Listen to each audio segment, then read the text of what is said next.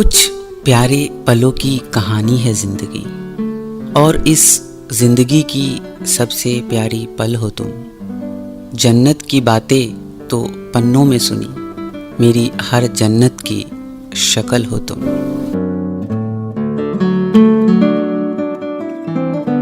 नमस्कार आप सभी को। रात के इस पहर में आप सभी का स्वागत है।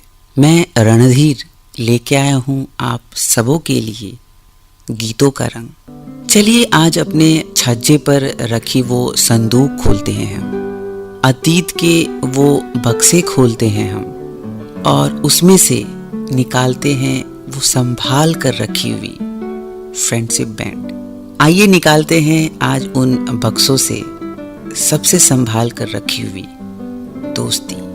जीते हैं इस पल को दोस्ती के रंग में, याद करते हैं कुछ पुराने दोस्तों को।